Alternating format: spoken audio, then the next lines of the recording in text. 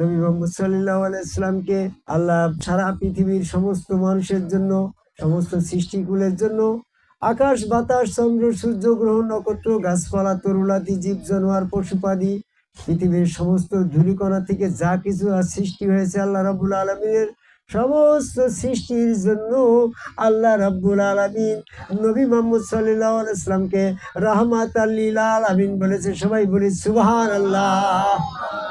যে নবীকে আল্লাহ রহমত লিল আলামিন হিসেবে এই জমিনে পাঠিয়েছেন, সেই প্রিয় হাবিব আল্লাহ পাকের দোস্ত মোহাম্মদ সাল্লাল্লাহু আলাইহি সাল্লাম আমাদের আখেরি জামানার নবী, আমাদের জন্য তিনি নবী একমাত্র সুপারিশকারী। এর জন্য আমরা সবাই জোরে সোরে বলি আলহামদুলিল্লাহ। যে নবীর মহব্বতের কারণে আল্লাহ রাব্বুল আলামিন বলেছেন যে তুমি তোমার স্ত্রী পুত্র কন্যা জাগতিক বিষয় সম্পত্তি এমনকি নিজের জীবনের থেকে অধিক মহব্বত ওই নবীর প্রতি যে না করবে সে মুমিন হতে পারবে না। আজকে আমরা সেই নবীর প্রতি মহব্বতের ওসিলায় এখানে উপস্থিত হয়েছি।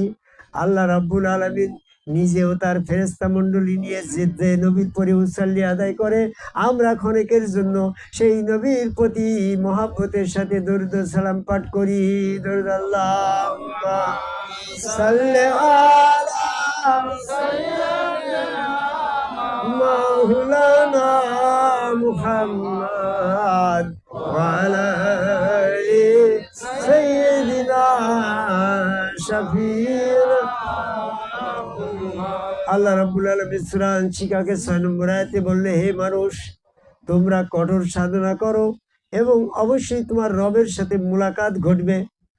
এই পৃথিবীতে রবের সাথে মুলাকাত ঘটার একমাত্র উপায় হচ্ছে ওই নবী মুহাম্মদ সাল্লাল্লাহু আলাইহি সাল্লাম, অর্থাৎ যিনি আল্লাহ পাকের হাবিব, তিনাকে ধরাধামে পাঠিয়ে দিয়ে এই পৃথিবীতে তিনার সাথে আল্লাহ পাকের মুলাকাত ঘটিয়ে যে মিরাজের ঘটনা ঘটেছিল, যে লাইলাতুল কদরের ঘটনা আমরা পেয়েছি, সেটাই হচ্ছে ওই দিনের ওই মুহূর্তের কথা, যে মুহূর্তে নবী মুহাম্মদ সাল্লাল্লাহু আলাইহি সাল্লামের সাথে আল্লাহ পাকের মুলাকাত হয়েছিল। সবাই বলি সুবহানাল্লাহ।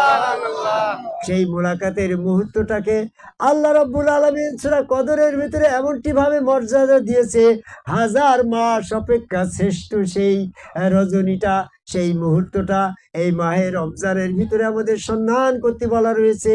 তাই নবী মুহাম্মদ সাল্লাল্লাহু আলাইহি সাল্লামের সাথে আল্লাহ পাকের মুলাকাত ঘটেছিল এই লাইলাতুল কদর, এই রজনীতে, যেটা রমজানের প্রথম যে ওহিটা নাজিল হয়েছিল, সেই ওহি হেরা গুহায়। সেই সময় আল্লাহ পাকের পক্ষ থেকে যে সুসংবাদ এসেছিল, নবী মুহাম্মদ সাল্লাল্লাহু আলাইহি সাল্লামের সাথে মুলাকাত হয়েছিল, সেই মুলাকাতের মুহূর্তটাই আমাদের জীবনে এরকম পাবে। আল্লাহ রাব্বুল আলামিন ঘোষণা করছেন সূরা ইনশিকাকে 6 নম্বর আয়াত, যে তুমি তোমার কঠোর সাধনার মাধ্যমে হে মানুষ তোমরা রবের মুলাকাত ঘটবে। আল্লাহ রাব্বুল আলামিন সূরা ইমরানের 31 নম্বর আয়াতে বলল, কুল ইন কুনতুম তুহিব্বুনাল্লাহ ফাত্তাবিউনি। আল্লাহ নবীকে বলে দিচ্ছে, জানিয়ে দিচ্ছে, তুমি নবী মুহাম্মদ সাল্লাল্লাহু আলাইহি সাল্লাম সবাইকে জানিয়ে দাও, যদি তোমরা আল্লাহকে ভালোবাসতে চাও তাহলে আমার অনুসরণ করো। তাহলে নবীর অনুসরণের মাধ্যমে আল্লাহ পাকের মহব্বত হাসিল হবে, নবীর সাথে দর্শনের মাধ্যমে আল্লাহ পাকের দর্শন হবে, নবীর সাথে মুলাকাতের মাধ্যমে আল্লাহ পাকের মুলাকাত হবে। সবাই বলি সুবহানাল্লাহ। সেই নবীর সাথে মুলাকাতের মুহূর্তটা আমরা কিভাবে অর্জন করব, সেই বিষয়টাই আমাদের মুসলমানের জন্য বেশি গুরুত্বপূর্ণ বিষয়। আল্লাহ রাব্বুল আলামিন যখন এরকম সাহাবারা প্রশ্ন করলো, ইয়া রাসূলুল্লাহ, আপনি চলে যাওয়ার পরে আমরা কার কাছে যেয়ে এরকম ভাবে সেজদা দিয়ে পবিত্র হব, মুলাকাত করব, আল্লাহর সাথে মুলাকাত হবে, কোন দর্শন করলে আল্লাহ পাকের, কোন মুখটা দর্শন করলে আল্লাহ পাকের দর্শন হবে? তখন এমনটি ভাবে আয়াত নাজিল হয়ে গেল, সূরা ইমরানের 164 নম্বর আয়াত আর নাজিল হয়ে গেল, লাকাদ মানাল্লাহু আলাল মুমিনিনা ইযা বাআসা ফীহিম রাসূলুম মিন আনফুসিহিম ইয়াতলুনা আলাইহিম আয়াতি রাব্বিহিম ওয়া ইউযাক্কিহিম ইউআল্লিমুল কিতাবা ওয়াল হিকমাতা।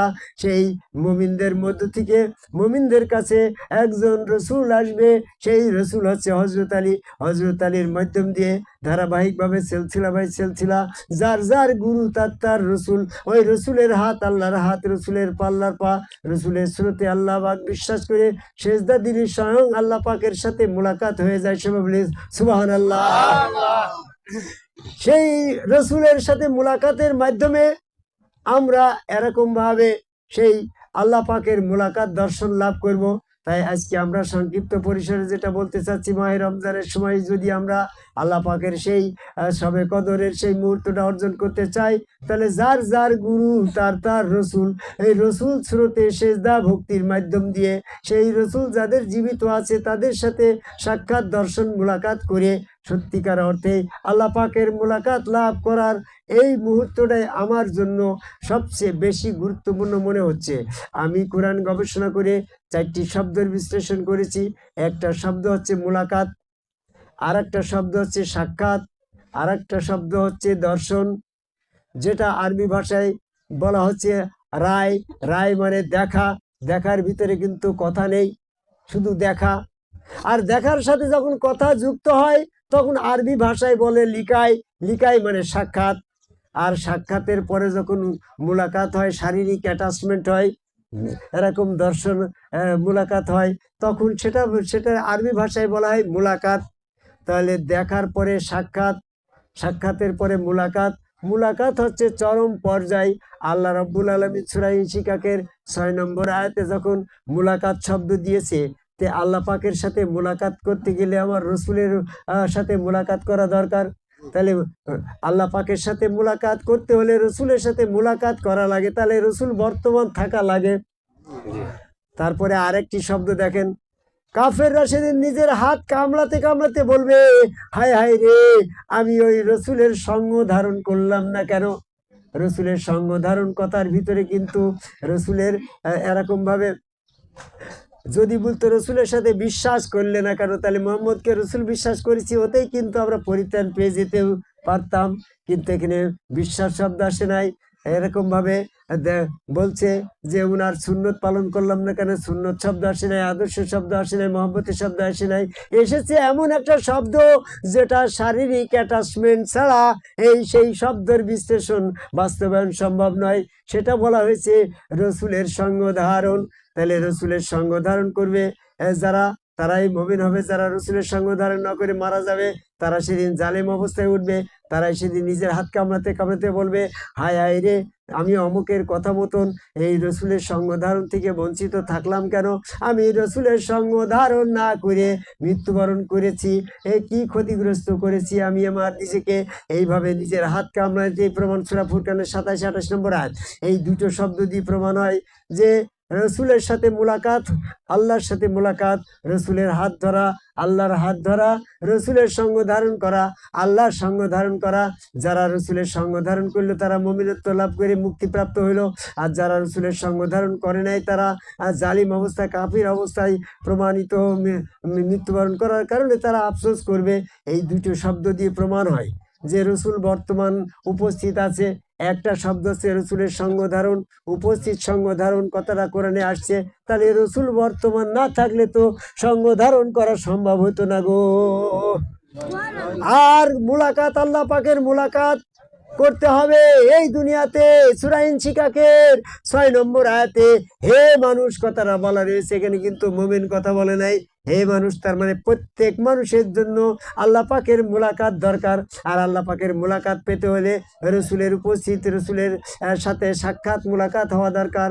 আর রসুলের সাথে সাক্ষাৎ মুলাকাত না হয়ে যদি কেউ আল্লাহ পাকের মুলাকাত আশা পোষণ করে গো, সেখানে শয়তান এসে লাইয়া গারুনাকুম বিল্লাহি গারুর, সেই প্রবঞ্চক শয়তান তোমাকে আল্লাহ সম্পর্কে প্রবঞ্চিত করে বলবে, ইন্না আনা রাব্বুকা, আমি তোমার সেই রব, আমার সাথে মুলাকাত করো। তখন তো তুমি না চিনে শয়তানকে আল্লাহ বলে শিরক করে মুলাকাত করে ফেলবা শয়তানের সাথে। এই জন্য আল্লাহ রব্বুল আলামিন কোনো মানুষের সাথে, কোনো বান্দার সাথে মুলাকাত দর্শন দিবে না একমাত্র রসুল মিডিয়া মাধ্যম, রসুল স্রোত বাদে কোথাও আল্লাহ পাকের মুলাকাত হওয়া সম্ভব না। It is quite impossible. এটা সম্পূর্ণই অসম্ভব to meet the Allah without the messenger. Allah পাকের রসুল ব্যতীত আল্লাহ পাকের সাক্ষাৎ দর্শন মুলাকাত হওয়া কখনোই সম্ভব নয়। যেহেতু আল্লাহ রাব্বুল আলামিন সূরা ইনশিকাকের 6 নম্বর আয়াতে মানুষের জন্য আল্লাহ পাকের মুলাকাতকে আশ্বস্ত করেছে, তাহলে অবশ্যই আল্লাহ পাকের মুলাকাত করতে হলে বাস্তব একজন রসুলের সাথে মুলাকাতের মাধ্যমেই আল্লাহ পাকের মুলাকাত হওয়ার দরকার। তাই রসুল বর্তমান আছে। যারা বলছে নবী মুহাম্মদ মোহাম্মদ সাল্লাল্লাহু আলাইহি সাল্লাম শেষ রসুল, তাদের জন্য আমার কথাটা হচ্ছে নবী মোহাম্মদ সাল্লাল্লাহু আলাইহি সাল্লাম নবী, আমাদের সকলের জন্য নবী রাহমাত লিল আলামিন। উনার সুপারিশ ছাড়া আমরা কেউ যেতে পারবো না। কিন্তু সেই রসুল তিনি যাকে রেসালত দিয়ে গেছেন, রসুল রেসালত পদে হস্তান্তরযোগ্য, সূরা আনামের 124 নম্বর আয়াত, রেসালত পদ হস্তান্তর করে এরকম ভাবে হযরত আলীকে রেসালত দিয়ে গেছে। হযরত আলীর মাধ্যমে আমরা যারা গুরুগণ এসেছি সবাই রেসালতের দায়িত্বপ্রাপ্ত অবস্থায় আছি। এই রেসালতের দায়িত্বপ্রাপ্ত রসুল হচ্ছে বর্তমান যার যার গুরু তার তার রসুল। এই রসুলের মাধ্যমেই আল্লাহ পাকের সাক্ষাৎ, রসুলের দর্শনের মাধ্যমে আল্লাহ পাকের দর্শন, রসুলের কাবায় আল্লাহকে সেজদার মাধ্যমে আল্লাহকে সেজদা, রসুলের কাছে বায়াত গ্রহণের মাধ্যমে আল্লাহকে বায়াত গ্রহণ, রসুলের সাথে মোলাকাতের মাধ্যমেই আল্লাহ পাকের সাথে মোলাকাত সম্ভব। এই জন্য আমি সংক্ষিপ্ত পরিসরে আজকে ইফতারি মাহফিলে শুধু সকলকে আহ্বান করি যে যার যার গুরু তার তার রসুল, এই রসুলের সাথে সঙ্গ ধারণ করে সেইখানে তার মাধ্যমে আল্লাহ পাকের দর্শন সাক্ষাতের যে উপায় আমাদের কাছে আল্লাহ পাক দুনিয়াতে দিয়ে দিয়েছে, সেই জন্য আমরা যারা এখনো বায়াত গ্রহণ করি নাই তারা অতি তাড়াতাড়ি একজন সম্মুখ গুরু আদম কাবায় সেজদাকারী একজন সম্মুখ গুরু রসুলের কাছে বায়াত গ্রহণ করে সেইখানে সেজদা ভক্তি দিয়ে শয়তান থেকে পবিত্র হয়ে রসুলের সঙ্গ ধারণ করে আল্লাহ পাকের মুলাকাত লাভ করা আশা প্রত্যাশা ব্যক্ত করি আমার কথা শেষ করি।